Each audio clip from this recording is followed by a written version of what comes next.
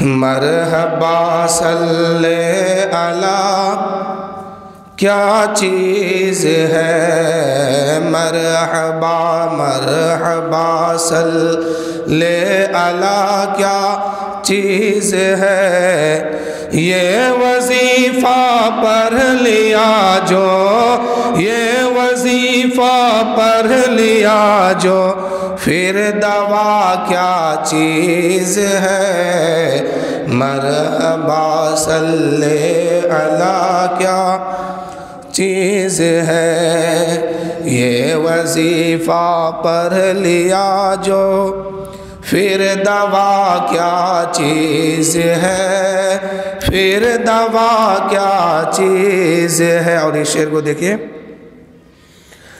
دیکھ کر احمد رضا کو ان کے مرشد نے کہا، دیکھ کر احمد رضا کو ان کے مرشد نے کہا، میں سمجھتا ہوں میرا احمد رضا کیا چیز ہے، میں سمجھتا ہوں میرا احمد رضا کیا چیز ہے۔ اور ایک شعر صابر پیا کی بارگاہ میں چلیے، حضرت صابر پاک رضی اللہ تعالیٰ عنہ سے کسی نے سوال کیا کہ حضور فنا کیا ہے، بقا کیا ہے؟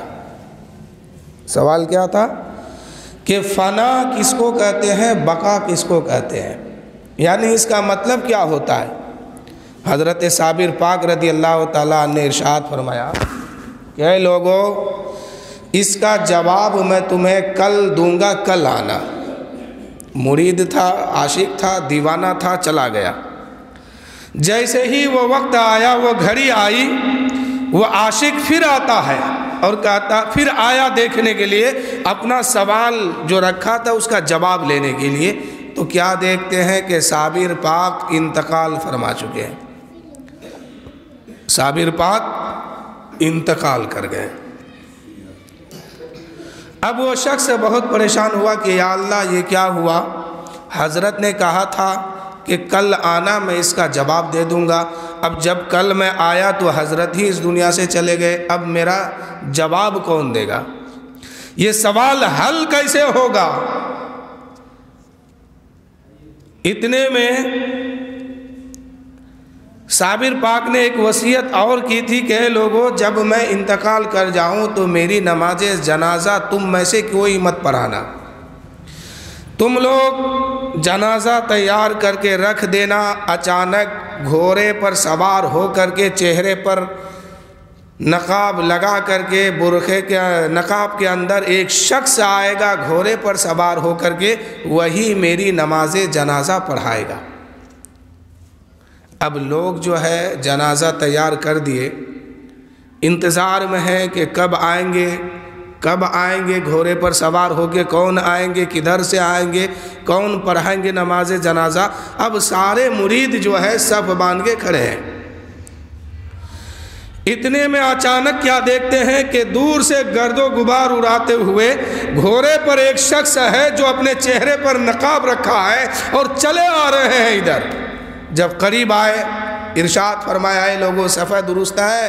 لوگوں نے کہا جی حضور صفحہ درست ہے۔ اس شخص نے، آنے والے مہمان نے نماز جنازہ پڑھائی۔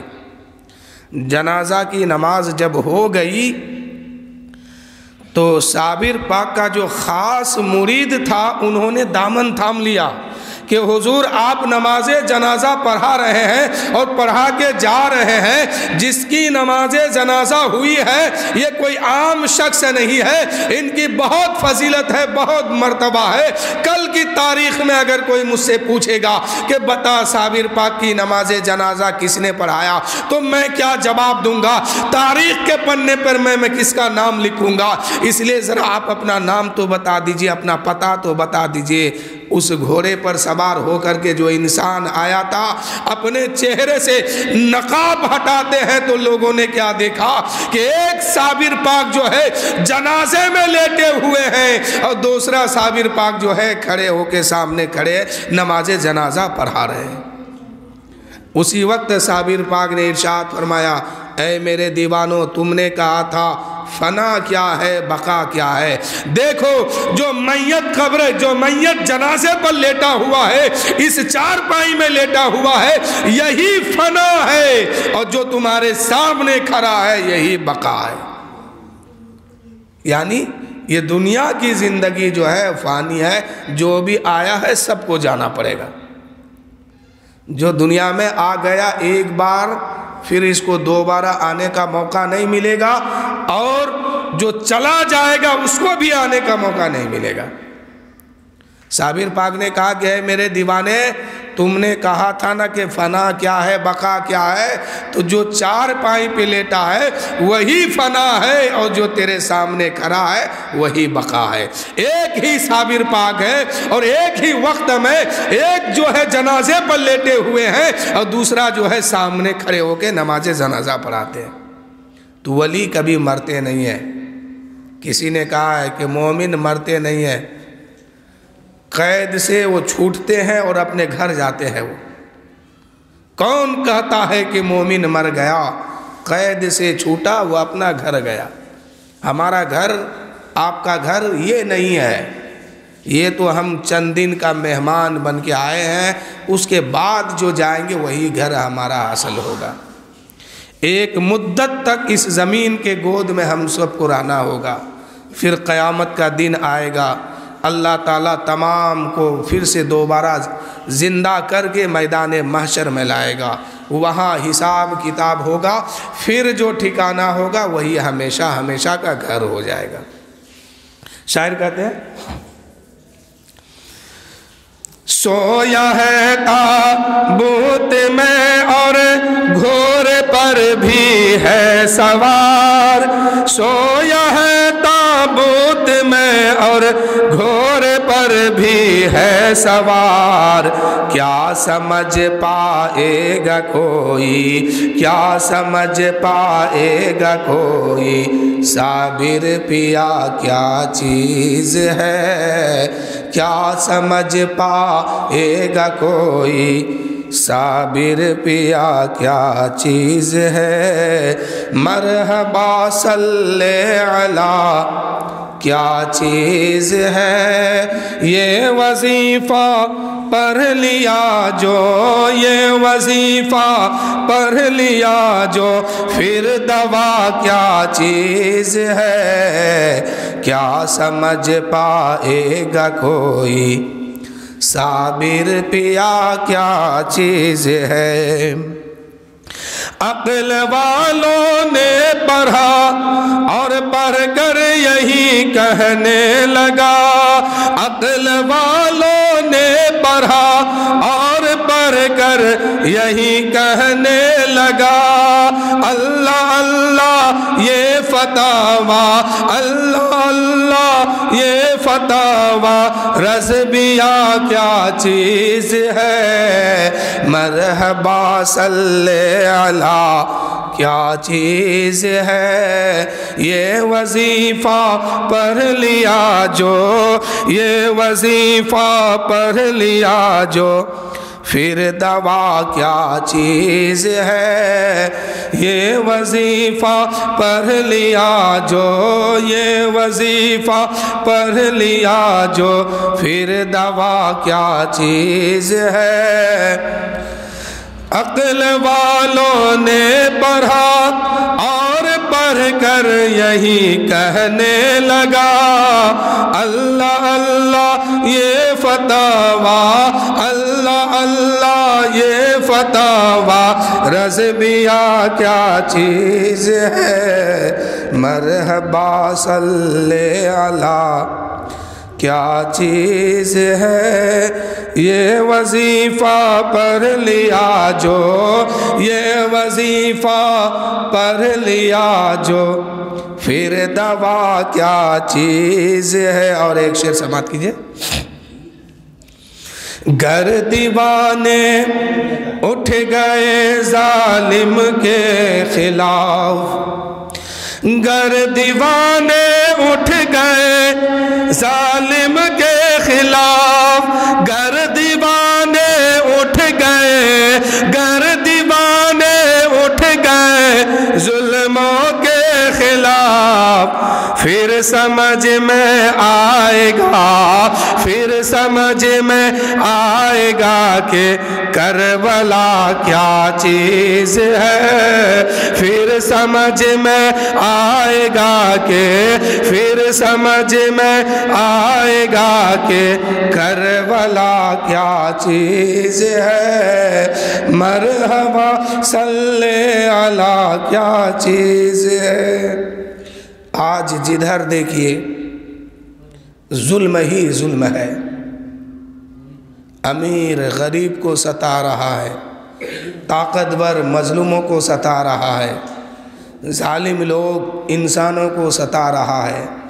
جس میدان میں اتریے دیکھیے ہر طاقت والے کا بول بالا ہے، کمزور انسان دب جاتا ہے، لیکن یہ دیوانہ ایسا دیوانہ ہے کہ اگر یہ ہمت کر کے کھڑا ہو جائے تو پھر اس کے سامنے کسی کو ٹکنا بہت مشکل ہے، اس لیے کہ کربلا کی تاریخ کو یہ سنتے آ رہا ہے۔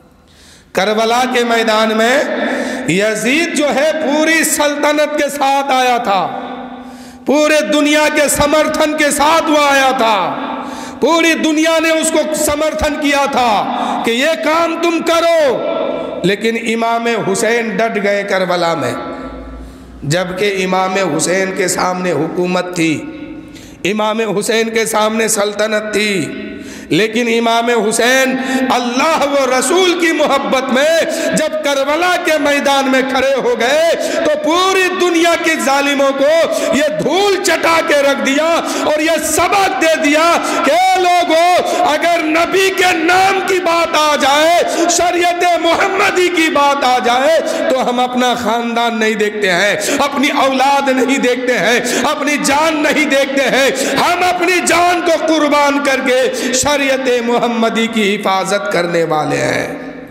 اور کربلا کے میدان میں واقعی امام حسین نے کر کے دکھا دیا، کیونکہ یزید کے پاس طاقت تھی، حکومت بھی تھی، سلطنت بھی تھی، فوج بھی تھا، سپاہی بھی تھے، لشکر زرار ادھر تھا، یوں سمجھئے کہ پوری دنیا کی طاقت یزیدیوں کے پاس تھی، اور تنہا امام حسین جو ہے 72 کو لے کر کے 22,000 کے سامنے اتر گئے ہیں، اور کہنے لگا امام نے، اے ظالموں سنو، اے یزیدیوں سنو، آج ہمیں تم دھمکی دیتے ہو کہ حکومت میرے پاس ہے، طاقت میرے پاس ہے، سلطنت میرے پاس ہے، تو سن لو آج تیری حکومت یہاں نہیں چلے گی، یہاں چلے گی تو قانون مصطفیٰ ہی چلنے والی ہے، شریعت محمدی ہی چلنے والی ہے۔ اور امام حسین نے تمام باطل طاقتوں کو مٹی میں ملا کر کے یہ اعلان کر دیا، یہ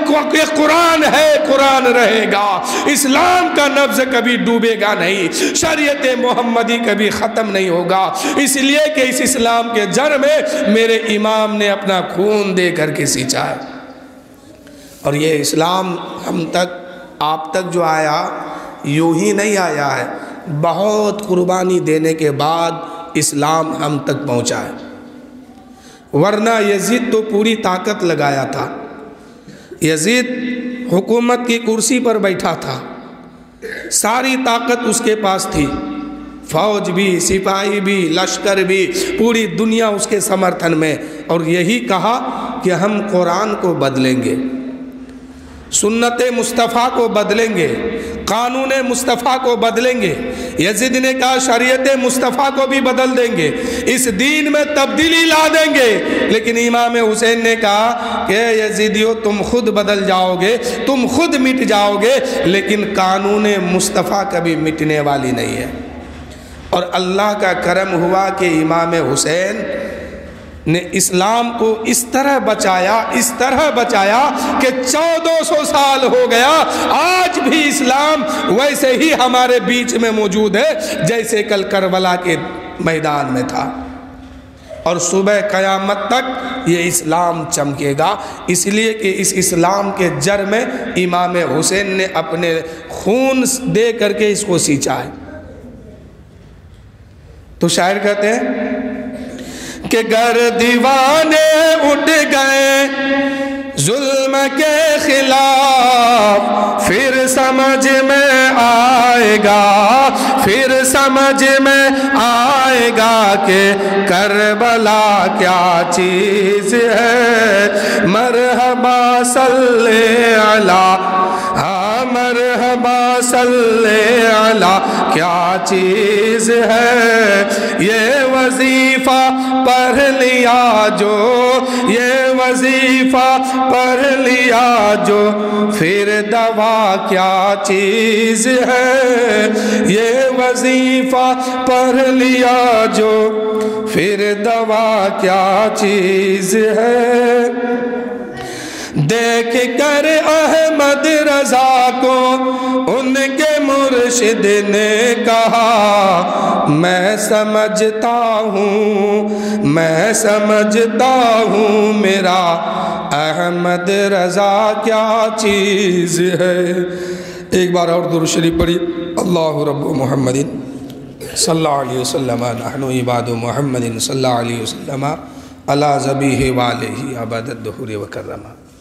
اللہ تعالیٰ قرآن مقدس میں ارشاد فرمایا، اِنَّا نَحْنُ نَزَّلْنَا الذِّكْرَ وَإِنَّا لَهُ لَحَافِظُونَ، بے شک ہم نے ہی ذکر کو اتارا، ہم ہی اس کی حفاظت کرنے والے ہیں۔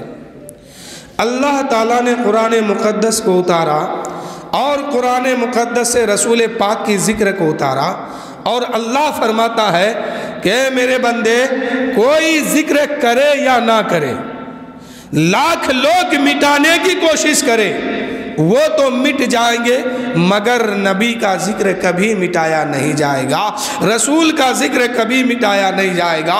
اس لیے کہ اللہ نے قرآن میں اعلان فرما دیا، ہم نے ہی ذکر کو اتارا ہے، ہم ہی اس کی حفاظت کرنے والے ہیں۔ اللہ تعالیٰ نے قرآن مقدس کو اتارا اور قرآن مقدس سے رسول پاک کی ذکر کو اتارا، اور رسول پاک کے ذکر کو اتار کر کے رب فرماتا ہے ہم نے ہی اتارا۔ آئیے ادھر بیٹھیے حضرت، آئیے آئیے نا بیٹھیے، ہم نے ہی اتارا، ہم ہی اس کی حفاظت کرنے والے ہیں۔ اس کا مطلب کیا ہوا؟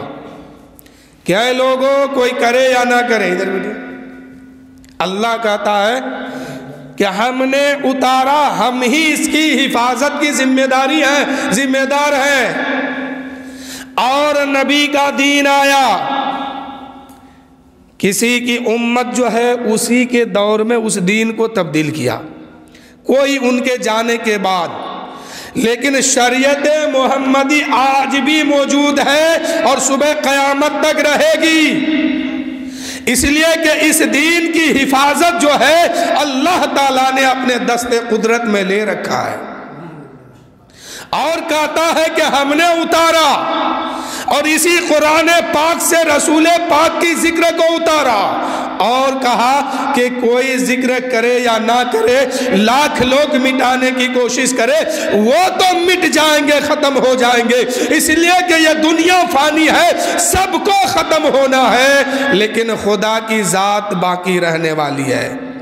خدا ہمیشہ سے ہے، ہمیشہ رہے گا، اس کے لیے قیامت نہیں ہے، مخلوق کے لیے قیامت ہے، ہم سب کو جانا ہوگا۔ لیکن رب کہتا ہے کہ میرے محبوب کا ذکر کوئی کرے یا نہ کرے، لیکن خدا باقی ہے، خدا ہمیشہ سے ہے، خدا ہمیشہ رہے گا، اور خدا جو ہے اپنے مصطفیٰ جان رحمت کا ذکر کر رہا ہے اور کرتا رہے گا۔ تو میرے دوستو، ہمیشہ جو ہے آپ بھی ہم بھی اپنے نبی پر درود پڑھیے، سلام پڑھیے، یہ ایمان کی جان بتایا گیا ہے۔ سچی محبت رسول سے ہوگی تب جا کر کے کوئی پکا سچا مسلمان بنتا ہے۔ خدا کا فرمان ہے کہ میرے بندے مجھ تک اگر پہنچنا چاہتے ہو نا، مجھ سے محبت کرنا چاہتے ہو نا، میرے قریب آنا چاہتے ہو نا، تو پہلے میرے محبوب سے محبت کرو۔ اور محبوب کہتے ہیں کہ میری امتیوں، اگر مجھ سے محبت کرنا ہے تو میری آل سے پہلے محبت کرو۔ کیا کہا میرے مصطفیٰ جان رحمت نے کہ اگر مجھ سے محبت کرنا ہے، میرے قریب آنا ہے، مجھ تک پہنچنا ہے تو میری اولاد سے محبت کرو۔ یزیدیوں نے کربلا کے میدان میں اسی بات کو نہیں سمجھا، کیونکہ نماز یزیدی خیمے میں بھی ہوتی تھی اور یزیدی لشکر بھی پڑھتے تھے۔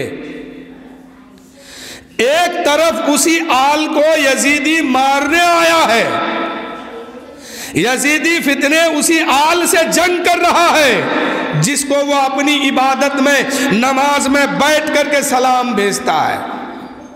اور ایک طرف یزیدی فوج کہتا ہے، یزیدی لشکر کہتا ہے کہ یا اللہ نبی پر بھی سلامتی عطا فرما، ان کی اولاد پر بھی سلامتی عطا فرما۔ اور وہی نادان یزیدی پھر انہی کے آل سے کربلا کے میدان میں لڑ گیا، لڑائی شروع کر دی۔ تو یزیدی فتنہ جو تھا اسی جملے کو وہ نہیں سمجھا تھا کہ ہم جس کو نماز میں سلام کہتے ہیں کہ یا اللہ میرے نبی کی اولاد کو بھی سلامتی عطا فرما، رحمت عطا فرما، انہی کی آل سے یزیدی خیمہ جو ہے لڑ بیٹھے، اپنا ایمان ختم کر بیٹھے۔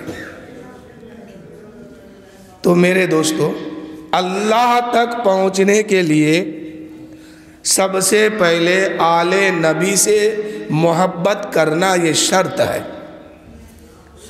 جب تک اولاد نبی سے محبت نہیں کریں گے تب تک حضور کی محبت دل میں نہیں بسے گی، اور جب تک دل میں نبی کی محبت نہیں بسے گی تب تک سچا پکا مسلمان نہیں بن پائیں گے، اور جب تک مسلمان نہیں تو پھر جنت کہاں سے ملے گی؟ جیسے کلمہ شریف کو لے لیا جائے، ہم لوگ کلمہ کیا پڑھتے ہیں؟ لا الہ الا اللہ محمد الرسول اللہ صلی اللہ علیہ وسلم، یہی نہ ہے؟ یہی پڑھ کے مسلمان ہوتے ہیں۔ اور جو پہلے سے مسلمان ہے تو وہ بچپن میں یہی اس کو سکھا دیا جاتا، پڑھ کلمہ لا الہ الا اللہ محمد الرسول اللہ صلی اللہ علیہ وسلم۔ لیکن کلمہ کی شروعات ایسے نہیں ہے، کیونکہ سب سے پہلے اللہ تعالیٰ نے اپنے محبوب کو محمد الرسول اللہ کہا۔ سب سے پہلے کون کہا؟ اللہ تعالیٰ نے۔ اس کے بعد جب نور محمدی وجود میں آیا تب کہا لا الہ الا اللہ۔ تو کلمہ کیا ہونا چاہیے تھا؟ محمد الرسول اللہ لا الہ الا اللہ۔ لیکن ایسا پڑھتے کیوں نہیں ہے؟ اب پڑھیں گے تو بغیر مارے کوئی چھوڑے گا بھی نہیں۔ اگر سن لے گا کہ کلمہ اس انداز میں پڑھ رہے ہیں تو بغیر مارے کوئی چھوڑے گا نہیں، چاہے وہ عالم ہو یا جاہل ہو۔ لیکن حقیقت کیا ہے کہ ساری باتوں میں اللہ پہلے ہے تو اللہ پہلے ہر جگہ ہونا چاہیے۔ کلمہ میں اللہ کی بولی بعد میں کیوں ہے اور رسول کی بولی پہلے کیوں ہے؟ جبکہ خدا نے پہلے کہا لا الہ الا اللہ، خدا نے پہلے کہا محمد الرسول اللہ، تو خدا کی بولی کلمہ میں پہلے ہونا چاہیے تھا۔ اور میرے نبی کا نور جب وجود میں آیا تب کہا لا الہ الا اللہ، تو رسول کی بولی بعد میں ہونی چاہیے۔ لیکن یہاں کلمے میں جو ہے اللہ کی بولی بعد میں ہے، رسول کی بولی پہلے ہے۔ گویا خدا یہ فرماتا ہے اے میرے بندے، اگر مجھ تک پہنچنا ہے تو پہلے میرے حبیب کی سنت کو ادا کرو، میرے رسول سے محبت کرو، میرے نبی سے محبت کرو۔ اگر مسلمان بننا چاہتے ہو تو پہلے نبی کی محبت اپنے سینے میں بساؤ، تب مجھ تک پہنچنا۔ ڈائریکٹ خدا تک نہیں پہنچ سکتے، کوئی نہیں پہنچ سکتا، کیونکہ کلمہ ہی میں وہ بات سب سے پہلے ہی بتا دیا گیا۔ رب کہتا ہے کہ میرے بندے میری بارگاہ تک پہنچنا ہے نا، مجھ سے محبت کرنا ہے نا، تو پہلے میرے حبیب سے محبت کرو۔ اب حبیب کہتے ہیں کہ میری امت، اے لوگو، اگر مجھ سے محبت کرنا ہے نا تو میری اولاد سے محبت کرو۔ اب ان کی اولاد کون ہے آج کے دور میں؟ سید جسے ہم کہتے ہیں، آل رسول جن کو کہتے ہیں، آل نبی جن کو کہتے ہیں، جن کو کہتے ہیں کہ سید صاحب ہے یہ، سید صاحب ہے یہ، ان کی محبت پہلے دل میں ہونی چاہیے، تب جا کے رسول کی محبت دل میں بسے گی، اور جب دل میں رسول کی محبت بسے گی تب جا کے خدا کی محبت دل میں آئے گی۔ جب تک حضور کی محبت دل میں نہیں آئے گی تب تک کوئی مسلمان ہو نہیں سکتا ہے۔ حضور کا ایک فرمان اور بھی ہے، حضرت عمر سے ایک بار حضور نے پوچھا کہ عمر تو سب سے زیادہ محبت کس سے کرتا ہے؟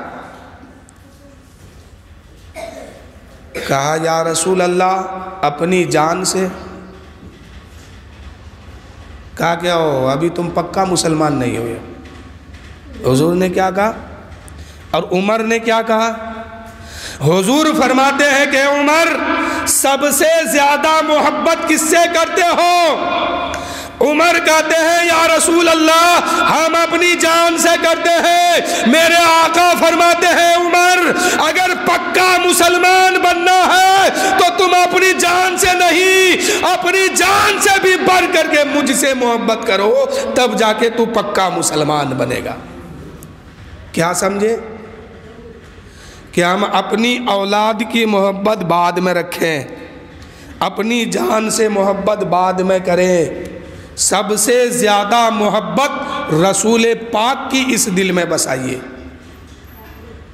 اس لیے کہ میت جب قبر میں جاتی ہے نا، مردے کو قبر میں جو رکھ کے واپس آتے ہیں تو اللہ کی رحمت جو اس مرحوم کے قبر میں نازل ہوتی ہے، اللہ کی رحمت اس میت پر جو متوجہ ہوتی ہے وہ صرف اور صرف اس لیے کہ رسول پاک کی رحمت کے صدقے میں اللہ کی رحمت اس قبر میں نازل ہوتی ہے۔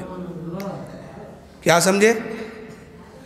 مرحوم کے قبر میں، میت کے قبر میں اللہ کی رحمت جو متوجہ ہوتی ہے وہ رسول پاک کے رحمت کے صدقے میں ہوتی ہے، اور اگر رسول پاک ہی ناراض ہو گئے تو پھر اللہ کی رحمت سے نا امید ہونا پڑے گا۔ آج کہتے ہیں نا کہ میرے آقا صلی اللہ علیہ وسلم میدان محشر میں شفاعت کا تاج پہن کر آئیں گے، ہم سب کی شفاعت کریں گے۔ انشاءاللہ امید ہم بھی رکھے ہیں، آپ بھی رکھیے کہ شفاعت میرے آقا صلی اللہ علیہ وسلم کریں گے، اور یہ نصیب ہم لوگوں کو بھی ہو جائے کہ ہم لوگ بھی پار ہو جائے۔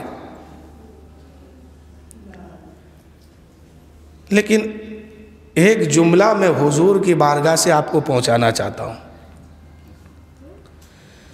حضور صلی اللہ علیہ وسلم صحابہ کو بنانے کے لیے بہت تکلیفیں برداشت کی، بڑی بڑی مصیبتوں کا سامنا کرنا پڑا صحابہ کو بنانے کے لیے کہ یہ آدمی ایمان کیسے لائے گا، یوں سمجھ لیجئے ایمان والا بنانے کے لیے۔ اب حضور صلی اللہ علیہ وسلم لوگوں کو کلمہ پڑھانے کے لیے بڑی بڑی تکلیفوں کا سامنا کیے ہیں، کہیں کہیں تو مشکل زیادہ حد سے زیادہ بڑھ گئی ہے، تو اتنی بڑی مشکل جھیلنے کے بعد لوگوں کو کلمہ پڑھائے، تو جو کلمہ حضور کا پڑھ لیے وہ آدمی کو حضور صلی اللہ علیہ وسلم کتنا چاہتے ہوں گے، کتنا چاہتے ہوں گے، کتنی محبت ہوگی رسول کو اس آدمی سے جو حضور کی محنت اور مشقت کرنے کے بعد وہ لوگ کلمہ پڑھے، تو وہ حضور کا صحابی ہے، اللہ کے رسول کتنی محبت ان لوگوں سے کرتے تھے۔ لیکن ایک دن کیا ہوا جانتے ہیں؟ ایک صحابی رسول، صحابی اس کو کہتے ہیں جو حضور صلی اللہ علیہ وسلم کو ایمان لانے کے بعد اپنی آنکھوں سے دیکھا جیتے جی، اور اسلام پہ موت ہوئی اس کو صحابی کہتے ہیں، اور اس صحابی کے برابر جو ہے کوئی نہیں پہنچ سکتا ہے غیر صحابی۔ نہ کوئی غوث پہنچ سکتا ہے، نہ کوئی خواجہ، نہ کوئی پیر، نہ کوئی ولی، نہ کوئی اور کوئی نہیں۔ کسی ادنا صحابی کے مقابلے میں بھی کوئی نہیں پہنچ سکتا ہے غیر صحابی۔ اتنا بڑا مقام ہے، مقام دیکھیں، رتبہ دیکھیں کتنا ہے۔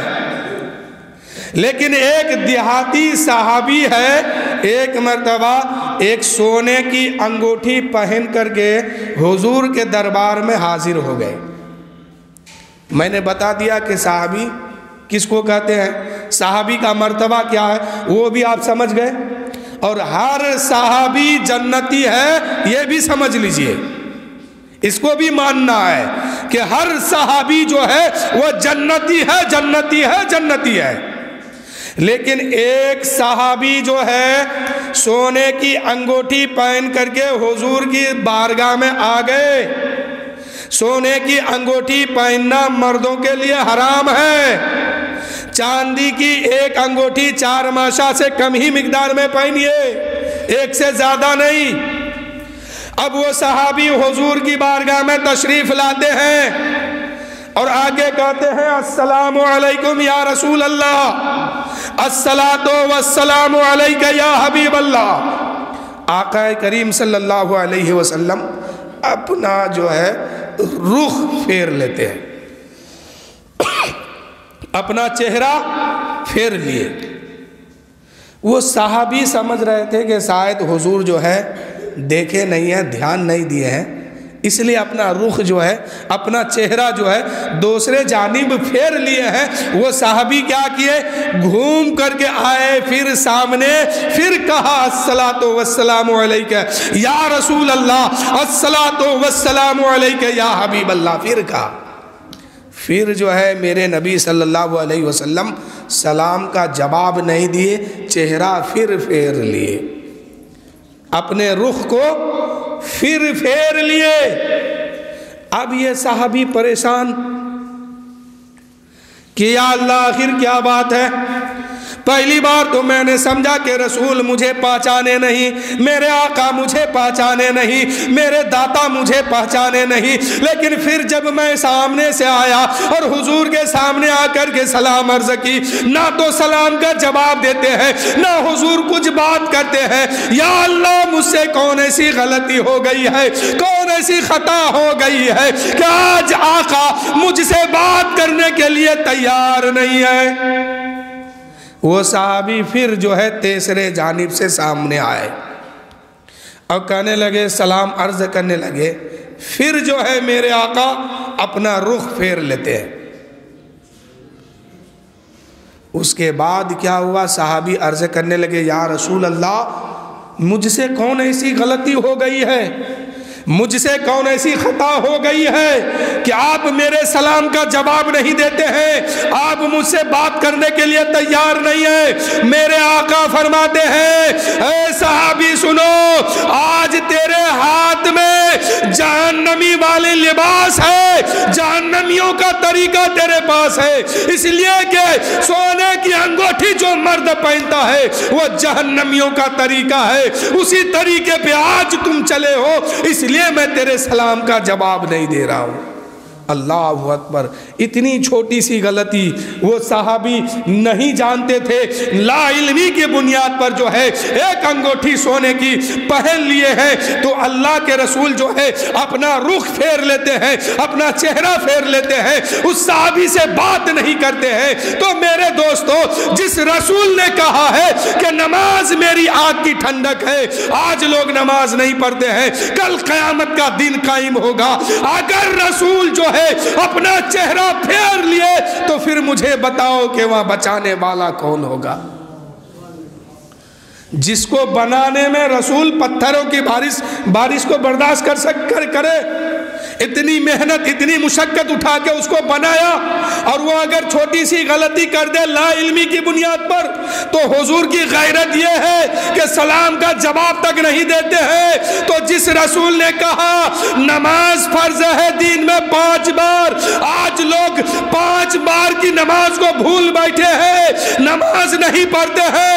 اگر رسول پاک قبر کی دنیا میں تشریف لائیں گے، جب میت کو قبر میں دفن کر کے آئیں گے، ایسے عالم میں رسول پاک تشریف لائیں گے، اگر دیکھیں گے کہ میرا یہ وہی امتی ہے جو میرے کہنے پر نماز نہیں پڑھتا تھا، عبادت اللہ کی نہیں کرتا تھا، اگر رسول پاک چہرہ پھیر کے چلے گئے تو پھر کیا حال ہوگا؟ وہاں کوئی بچانے والا نہیں ہوگا۔ اس لیے میرے بھائی ہر حال میں نماز پڑھا کیجئے، نماز پڑھیے۔ پہلے آذان ہو جانے دیجئے، اس کے بعد پھر کچھ بات ہو گیا۔ یہ آذان دیجئے ادھر تو جائیے۔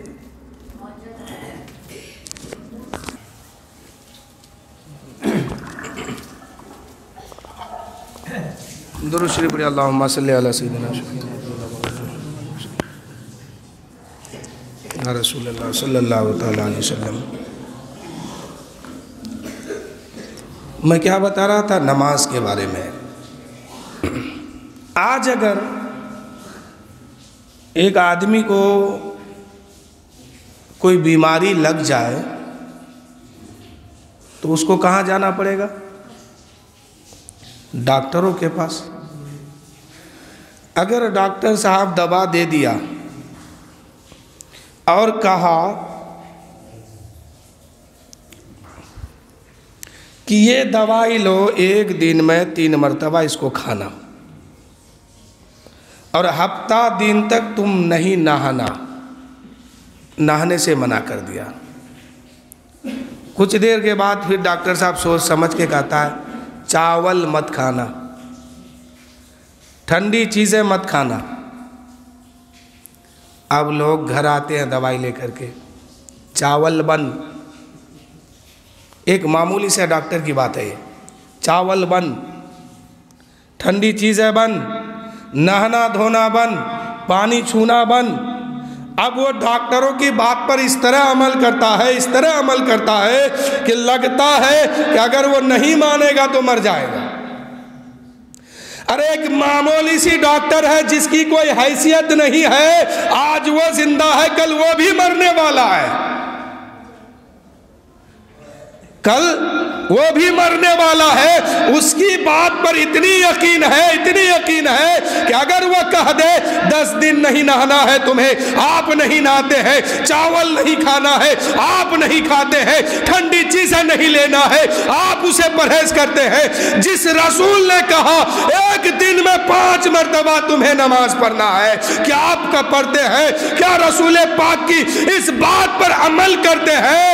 ارے میرے آقا صلی اللہ علیہ وسلم وہ اللہ کا حبیب ہے کہ جن کے قدم پاک پر لگنے والے خاک کا یہ عالم ہے کہ اس خاک کو ایک طرف رکھیے اور پوری دنیا کے ڈاکٹر و حکیم کو ایک پلے میں رکھ دیجئے، تو اللہ کے رسول کے جوتے مبارک پر جو خاک لگتی ہے یہ تمام ڈاکٹروں پر بھاری پڑ جائے گی، لیکن اس رسول کے فرمان پر عمل نہیں کرتے ہیں۔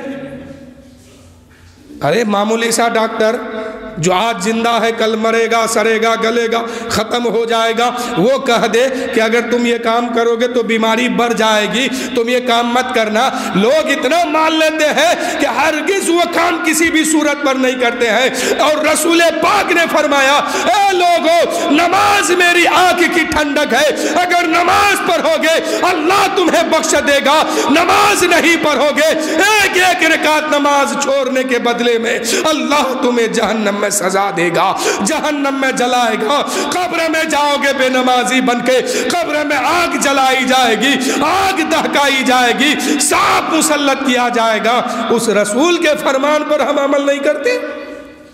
آج قوم اس رسول کے فرمان پر عمل نہیں نہیں کرتی ہے، جس کی امت ہے انہی کی بات کو ٹال دیے ہیں۔ میرے آقا نے فرمایا نماز میری آنکھ کی ٹھنڈک ہے، نماز دین کا ستون ہے۔ اول پرسش نماز، میدان محشر میں جائیں گے، سب سے پہلی بات جو ہے اللہ تعالی ہم سے آپ سے جو پوچھے گا وہ نماز کے بارے میں پوچھے گا۔ اے لوگوں نماز پڑھائے کہ نہیں، اے میرے بندے نماز پڑھائے کہ نہیں۔ یہ نہیں کہا جائے گا شادیوں میں میلاد کیا تھا کہ نہیں، ڈی جے بجایا تھا کہ نہیں، یہ بعد میں سوال ہوگا۔ پہلا سوال ہی نماز سے شروع ہوگا، پہلا سوال ہی نماز سے شروع کیا جائے گا۔ اس میں اگر پاس ہو گئے تو پھر پاس ہی پاس ہے، اور اس میں اگر فیل ہو گئے تو پھر جہنم کا راستہ دیکھنا ہوگا۔ سوچے ہے نا کہ رسول پاک ہم سب کی شفاعت کریں گے، یقیناً کریں گے، لیکن حضور کی کچھ غیرت بھی ہے۔ حضور کی غیرت کو اندازہ کیا نا کہ ایک صحابی اگر سونے کی انگوٹھی پہن لے لا علمی کی بنیاد پر تو اللہ کے رسول اس سے بات نہیں کرتے ہیں، اور جو نماز چھوڑ کے چلے جائیں، آج کے لوگ جس کی کوئی حیثیت نہیں ہے دین میں، کوئی حصہ نہیں ہے، کوئی حیثیت نہیں ہے، صرف کلمہ پڑھ کے مسلمان ہو گیا ہے، وہ لوگ اگر نماز چھوڑ کے دین کا کام کرنا چھوڑ کر کے اس دنیا سے جائیں گے، جہاں وہ قبر ہے، اس قبر میں کیا حال ہوگا، میدان محشر میں کیا حال ہوگا، نہ جہاں کوئی کام آنے والا نہیں ہے۔ فرض کیجئے اگر کوئی انتقال کرتے ہیں، قبر کی دنیا میں اس کو دفنا دیتے ہیں، اب اس کی ماں اس کی مدد کے لیے نہیں جاتی ہے، اس کا بھائی اس کے مدد کے لیے نہیں جاتے ہیں، اس کا باپ اس کی مدد کے لیے نہیں جاتے ہیں، کوئی اس کی مددگار نہیں ہے۔ اب اگر کوئی مددگار ہے تو اس کا عمل اس کا مددگار ہے۔ اچھا عمل کیے ہیں تو بچائے جائیں گے، خراب عمل کیے ہیں تو پھنسے جائیں گے۔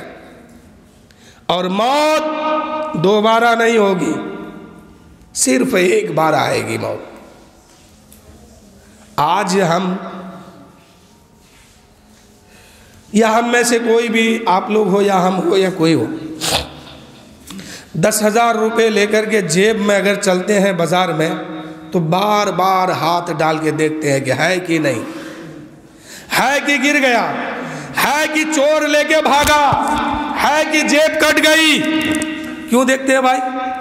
10,000 روپیہ ہے نا، اس 10,000 روپے کو بچانے کے لیے آپ جو ہے بار بار بازار میں جیب میں ہاتھ ڈال ڈال کے دیکھتے ہیں، ہے کہ نہیں، ہے کہ نہیں، ہے کہ نہیں، بار بار ہے پھر بھی دیکھتے ہیں، ہے پھر بھی دیکھتے ہیں، یقین ہے کہ ابھی تک پیسہ میرے جیب میں ہے، پھر بھی بار بار دیکھتے ہیں۔ فجر چھوڑ کے، ظہر چھوڑ کے، عصر چھوڑ کر کے، عشاء کی چھوڑ کے، مغرب چھوڑ کر کے زندگی گزر رہی ہے۔ کبھی اپنے دل کے اندر دیکھا کہ ایمان کا نور اندر ہے کہ نکل گیا؟ کبھی دیکھا؟ نہیں دیکھا، کیونکہ یہ سستے میں ملا ہے، اس کو خریدنا نہیں پڑا ہے، نہ اس کے لیے تلوار اٹھانی پڑی ہے، نہ جنگ میں جانا پڑا ہے، آسانی کے ساتھ اسلام ہم تک پہنچ گیا ہے۔ لیکن ان لوگوں سے پوچھئے جو تلوار کی وار کھا کر کے بھی نماز کو نہیں چھوڑتے تھے۔ حضرت فاروق اعظم کو ان کے قاتلوں نے زخمی کر دیا، خون سے لت پت ہو گئے۔ فاروق اعظم کون ہے جانتے ہیں؟ خلیفہ دوم ہے، حضور کا دوسرا خلیفہ ہے یہ۔ ان کے بارے میں حضور نے فرمایا کہ یہ جنتی ہے، یعنی دنیا ہی میں بشارت مل گئی کہ یہ جنتی ہے، یہ جنتی ہے، یہ جنتی ہے۔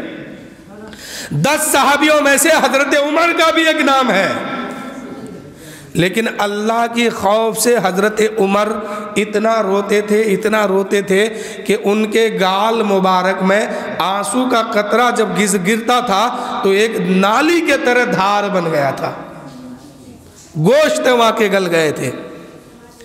آخری وقت میں جب دشمنوں نے اس پر حملہ کیا عمر فاروق پر اور زخمی ہو گئے، خون سے لت پت ہو گئے، ایسے عالم میں نماز کا وقت آ گیا، حضرت عمر فاروق جو ہے نہ نیت کر کے نماز میں کھڑے ہو گئے۔ نماز مکمل ہو گئی،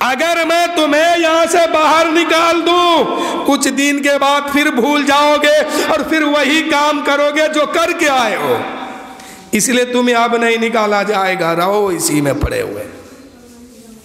تو قرآن کیا کہتا ہے کہ بچو اس آگ سے، خود بھی بچو، اپنی آل اولاد اہل کو بھی بچاؤ اور رشتہ داروں کو بھی بچاؤ۔ یعنی جہاں تک آپ کی طاقت ہے وہاں تک کے لوگوں کو جہنم سے بچائیے۔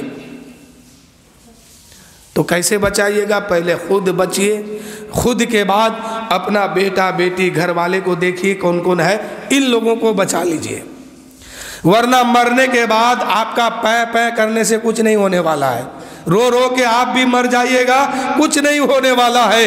اگر اس بیٹا اور بیٹی کو، اپنے گھر والے کو جہنم کی آگ سے اگر بچانا ہے تو اسی دنیا میں رہ کر کے اس پر سختی کرو کہ نماز ہر حال میں تمہیں پڑھنا ہی ہوگا،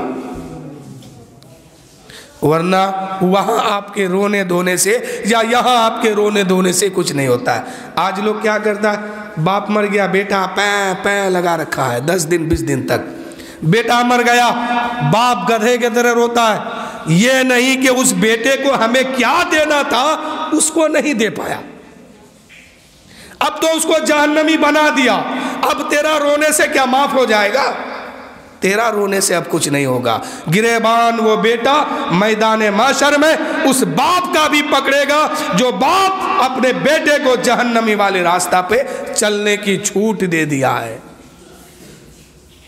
بعد میں اب کچھ نہیں ہونے والا ہے، آپ بحیثیت باپ ہیں تو آپ پر واجب ہے کہ اپنے بیٹے پر سختی کیجئے، اور سختی ہوگا کیوں نہیں بھائی، کیوں نہیں ہوگا؟ آپ اپنی جائیداد سے اس کو برخاست کیجئے، دیکھیے وہ کل سے کیسے نہیں نماز پڑھتا ہے، لیکن یہ آپ کیجئے گا نہیں۔ اب وہی مر جائے آپ سے پہلے تو آپ پے پے شروع کر دیتے ہیں، تو اب آپ کے رونے سے کیا ہوگا؟ وہ تو جس راستے پہ چلنا تھا وہ چل چکا ہے، اس کا عمل اس کے پاس پہنچ چکی ہے، وہ عمل کے ساتھ اب اس دنیا سے گیا ہے، تو عمل جو ہے اس کے نام اعمال میں اتنے دن کی نماز چھوٹی ہوئی ہے، اس کا تو سزا اس کو میدان محشر میں لینا پڑے گا، کیونکہ حضور کا فرمان ہے کہ ایک وقت کی نماز اگر چھوٹ گئی ہے تو اس کو جہنم میں کروڑوں سال جلنا پڑے گا۔ اب 20 سال کی چھوٹ گئی ہے تب، 30 سال کی چھوٹ گئی ہے تب، 50 سال کی چھوٹ گئی ہے تب کیا ہوگا؟ آپ کے رونے سے کام چلے گا۔ اسی لیے بحیثیت باپ اگر بنے ہیں تو آپ کی ذمہ داری ہے اپنے بچوں کو جہنمی والے راستے سے نکال کر جنتی والے راستے پہ چلائیے، ورنہ آپ بھی وہاں پھنس جائیے گا۔ آپ کا بیٹا تو پھنسا ہوا ہی ہے وہاں۔ قرآن کہتا ہے بچو اس آگ سے جس کا جلاون تم کو بنایا گیا ہے، اور خود بھی بچو، اپنے بچوں کو بھی بچاؤ، اپنے رشتہ داروں کو بھی بچاؤ اس آگ سے۔ کیسے بچائیے گا؟ آپ نماز پڑھنے آ جاتے ہیں، آپ کا بیٹا سوئے رہ جاتا ہے، آپ نماز پڑھنے آ جاتے ہیں، آپ کی بیٹی سوئے رہ جاتی ہے، آپ نماز پڑھنے آ جاتے ہیں، آپ کی بیوی سوئے رہتی ہے گھر میں، آپ نماز پڑھنے آتے ہیں، آپ کے گھر کے فرد سوئے رہتے ہیں، ان لوگوں کو آپ نہیں جگاتے ہیں، تو کیا وہ لوگ کس راستے پہ چلے ہیں؟ آپ کو غور و فکر اس بات کی نہیں ہے کہ آپ اس کے لیے کیا کیے ہیں؟ خالی پیدا کرنے سے نہیں ہوگا، اس پر نظر بھی رکھنی ہوگی کری۔ بات سخت ہے لیکن حقیقت یہی ہے۔ ہم فضائل بہت کم بیان کرتے ہیں، زیادہ حقیقت والی بات کو بیان کر دیتے ہیں تاکہ کوئی ذمہ داری مجھ پہ باقی نہ رہے آپ کے لیے۔ فضیلت سننے سے آپ کا اب کام نہیں چلنے والا ہے، اب حقیقت کی دنیا میں آئیے۔ آج لوگ کہتا ہے بیٹا سویا ہوا ہے گہری نیند میں، ہم اس کو کیسے اٹھائیں گے؟ کیا طریقہ ہوگا میرے پاس کہ وہ بیٹا اٹھ بھی جائے اور ہمیں کچھ بولے بھی نہ؟ تو میں ایک سوال رکھتا ہوں آپ لوگوں کے بیر میں، زیادہ وقت تو نہیں نہ ہو گیا، بس کچھ ہی دیر اور۔ میں ایک سوال رکھتا ہوں کہ جہاں آپ کہتے ہیں کہ میرا بیٹا سویا ہوا ہے، ہم اس کو فجر میں کیسے جگائیں؟ اگر جگاتے ہیں تو یہ خفا ہو جائے گا، ان کی پریشانی بڑھ جائے گی، نیند میں خلل پہنچے گی، طرح طرح کی مصیبت ہوگی، ٹھیک ہے؟ کچھ ہی دیر میں درود شریف پڑھی، اللہم صلی علی۔ اگربتی جلا دی ہے کیا؟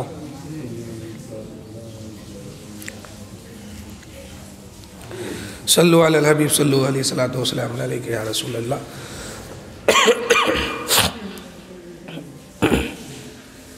کیا کہہ رہا تھا میں؟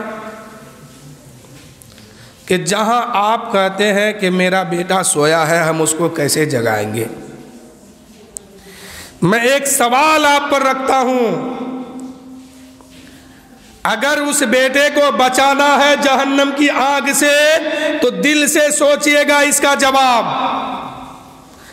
تو خیر ہم دے ہی دیں گے، لیکن اس جواب کو دل پہ لے کے جائیے گا اپنے گھر، اور رات کے اندھیرے میں سوچئے گا یہ بیٹا تو میرا ضرور ہے، ایک دن یہ مرے گا، قبر کی دنیا میں جائے گا، حشر کے میدان میں اٹھے گا، اس سے سوال ہوگا، اگر اس کا عمل صحیح نہیں ہے تب اس کا ٹھکانہ کہاں ہوگا؟ سوچئے گا اس بات کو۔ آپ کا بیٹا سویا ہوا ہے، آپ کی بیٹی سوئی ہوئی ہے، آپ کی بیوی سوئی ہوئی ہے، آپ اٹھانے سے کتراتے ہیں، اٹھانے سے جھجک محسوس کرتے ہیں، ٹھیک ہے؟ خدا نہ خواستہ کچھ ہی دیر میں اس گھر میں آگ لگ گئی، تب آپ کیا کیجئے گا؟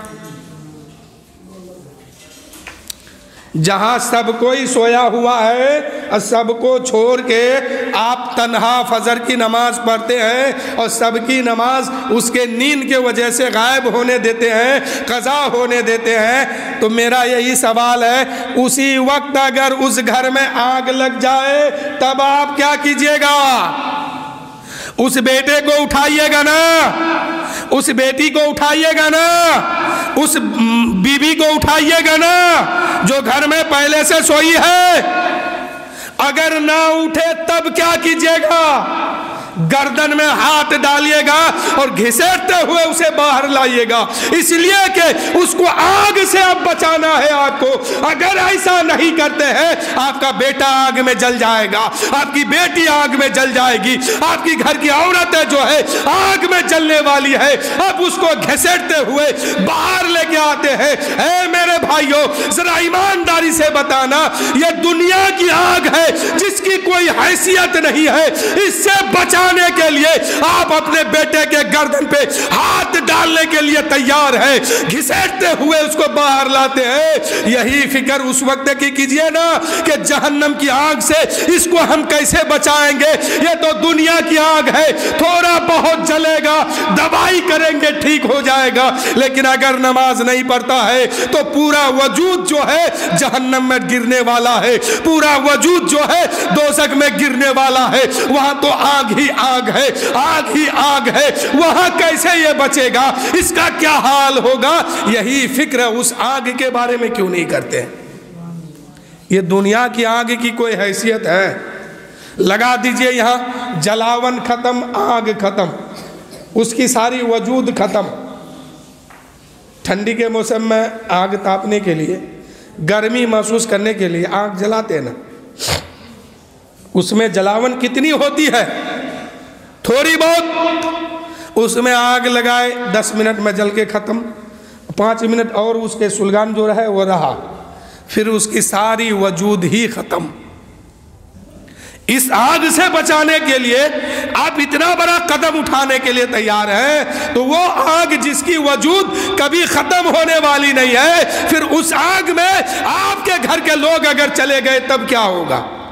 آپ کی طاقت ہے وہاں بچانے کا، آپ بچا سکتے ہیں، وہاں تو میدان محشر قائم ہوگا، ہاتھ میں ہتکڑی ڈالی جائے گی، منہ میں پٹی باندھ دے گا کہ خبردار کچھ مت بولنا۔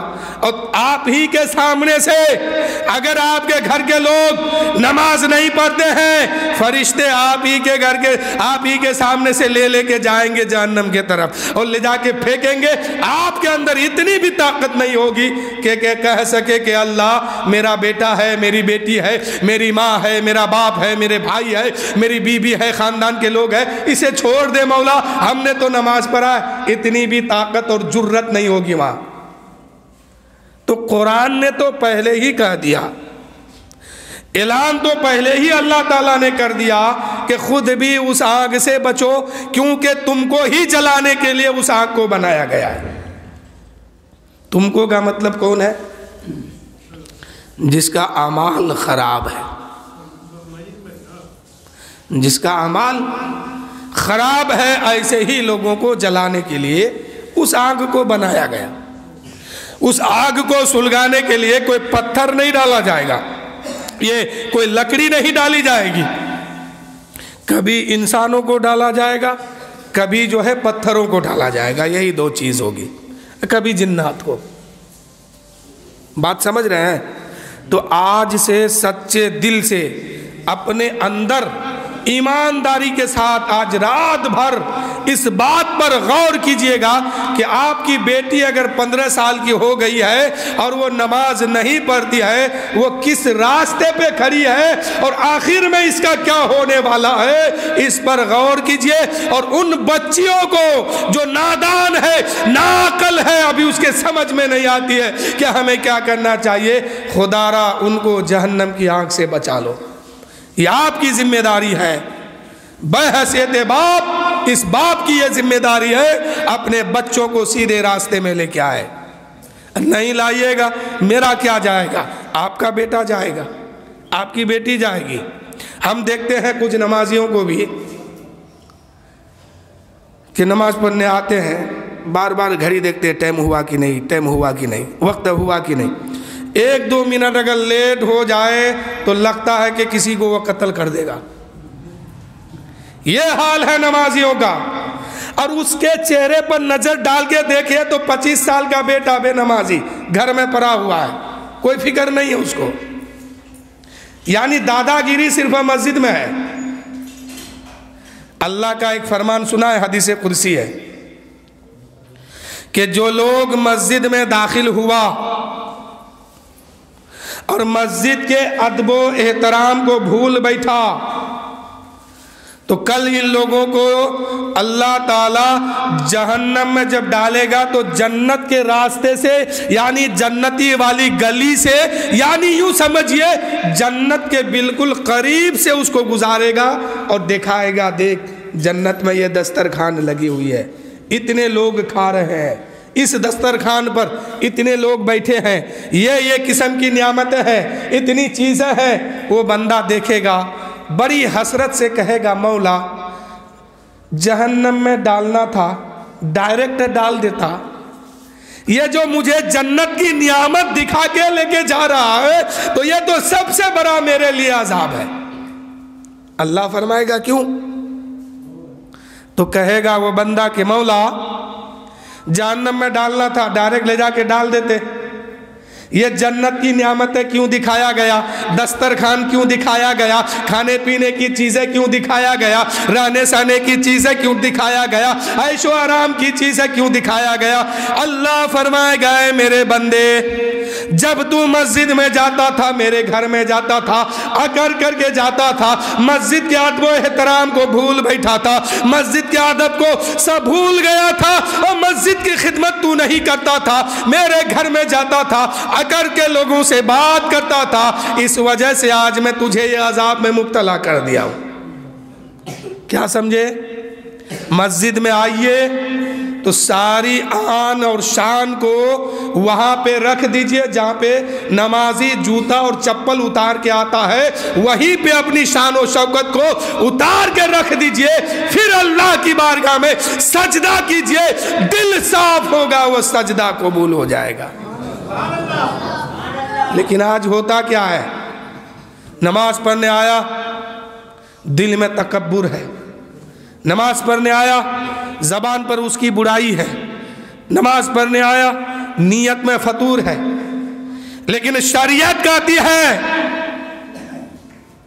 کہ نماز، قرآن کہتا ہے کہ نماز بے حیائی اور بری باتوں سے نمازی کو روکتی ہے۔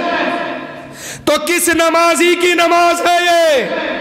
جو نمازی نماز پڑھنے سے پہلے اپنا دل صاف کر لیا ہے، اپنی زبان کو صاف کر لیا ہے، اپنی نیت کو صاف کر لیا ہے۔ یوں سمجھو مسلمانوں، جب مسجد میں آؤ تو جہاں لوگ جوتا چپل اتار کے رکھ کے مسجد میں اندر آتے ہیں، وہیں اپنی ساری خواہش کو، ساری عیبوں کو، ساری خواہش کو، ساری تکبر کو، سارے گھمنڈ کو وہیں پہ اتار کر کے مسجد میں آؤ، پھر دیکھو وہ نماز کیسے رنگ لاتی ہے۔ وہ نماز اللہ کی بارگاہ میں قبولیت کا درجہ حاصل کر لے گی۔ تو نماز پڑھنے کا صحیح طریقہ یہی ہے۔ اور اگر دل میں تکبر ہوگا، ذہن میں فطوری ہوگی، زبان پر شکوہ شکایت ہوگی، تو پھر لاکھ برس تک نماز پڑھتے رہیے، وہ تو فرائض کا بوجھ آپ کے سر سے اتار سکتی ہے، لیکن آپ کی نماز آپ کو کسی منزل پر فائز نہیں کر سکتی ہے۔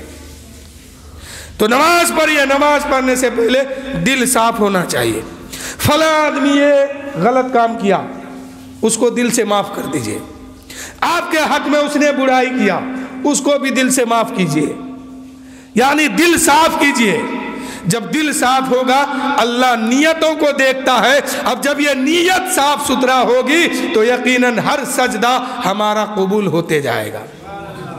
تو میں کیا بتا رہا تھا کہ جیسے آپ دنیا کی آگ سے بچوں کو بچانے کے لیے ہر حال میں اس کو اٹھانے کے لیے تیار ہیں، ایسے ہی جہنم کی آگ سے اپنے خاندان کو بچانے کے لیے ہر ممکن کوشش کیجئے،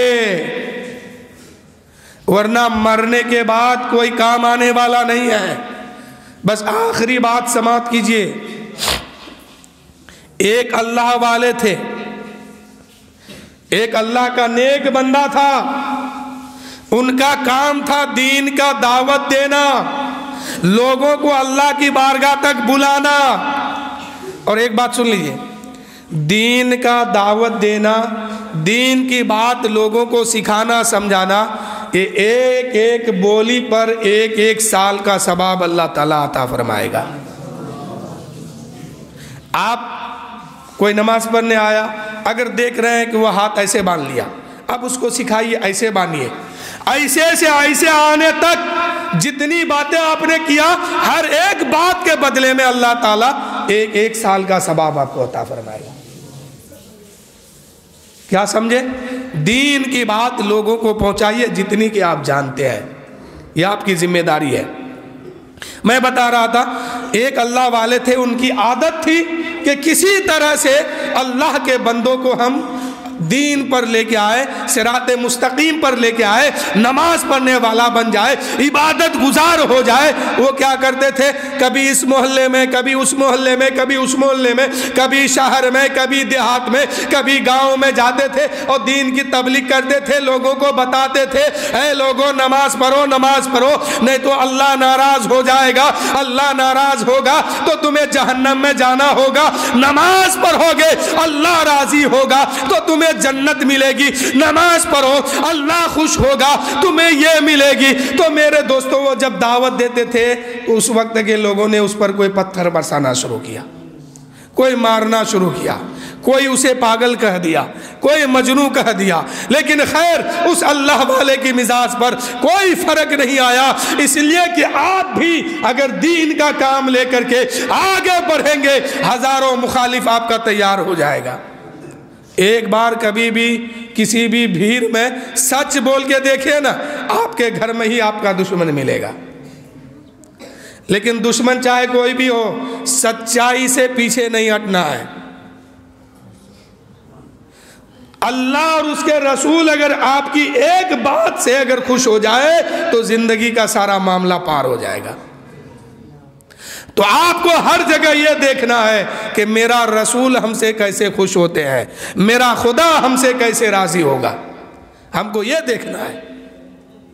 تو اللہ والے کو کیا کرنے لگا لوگ، اس وقت کے لوگ، کوئی مارا، کوئی کیا کیا، کوئی گالی دیا، کہا کہ اس کا کام ہے یہی خالی کرتے رہتا ہے۔ ایک دن وہ اللہ والے جا کے قبرستان میں جا کے کہا السلام علیکم یا اہل القبور، کیا حال ہے بھائیو،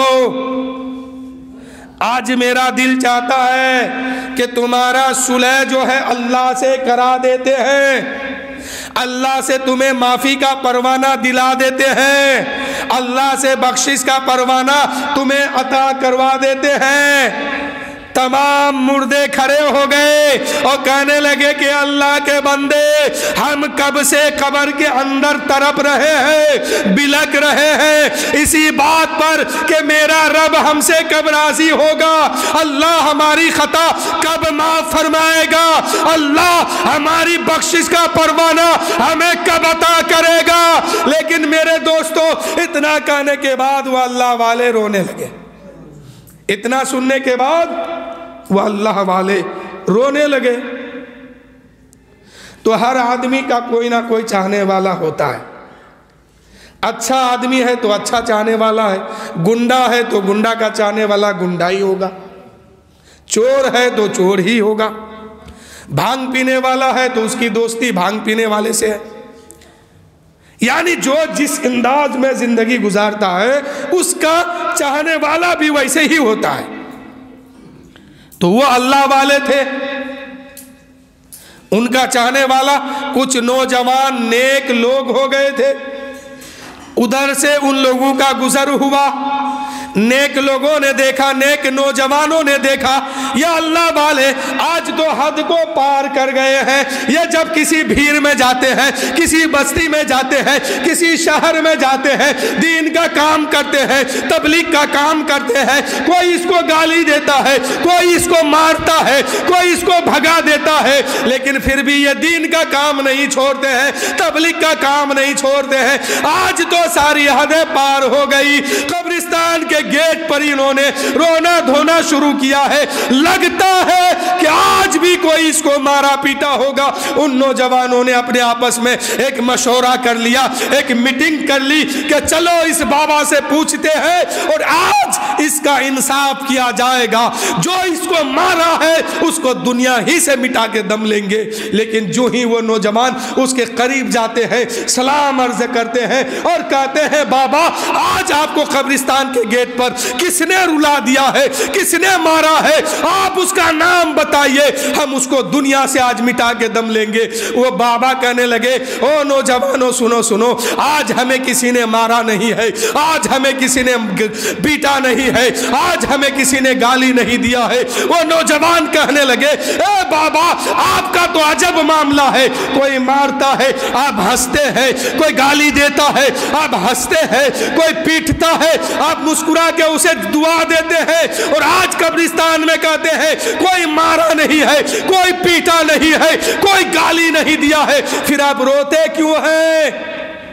اس اللہ والے نے کہا کیا بتاؤں نوجوانوں، جب تک یہ لوگ زندہ تھا، جب تک یہ لوگ حیات سے تھے، ان لوگوں سے میں کہتا رہا کہ توبہ کر لے اپنے گناہوں سے، اپنی خطاؤں سے توبہ کر لے، اللہ سے صلح کر لے۔ آج اللہ تعالیٰ تمہاری خطا کو معاف کرنے کے لیے تیار ہے، اللہ تعالیٰ تمہاری توبہ کو بھی قبول کرنے کے لیے تیار ہے، اللہ تعالیٰ آج تمہارے تم سے صلح کرنے کے لیے تیار ہے۔ یہی لوگ تھا جو میرا مذاق اڑایا کرتا تھا، میری بات نہیں مانتا تھا، لیکن آج میرا دل چاہا کہ چلو یہ لوگ تو میری بات نہیں مانتے ہیں، لیکن قبرستان والوں کا صلح اللہ سے کرا دیتے ہیں۔ جو ہی میں نے دعا کے لیے ہاتھ اٹھائی، آواز آتی ہے او میرے دوست سنو، آج توبہ کا دروازہ جو ہے ان لوگوں کے لیے بند ہو چکا ہے،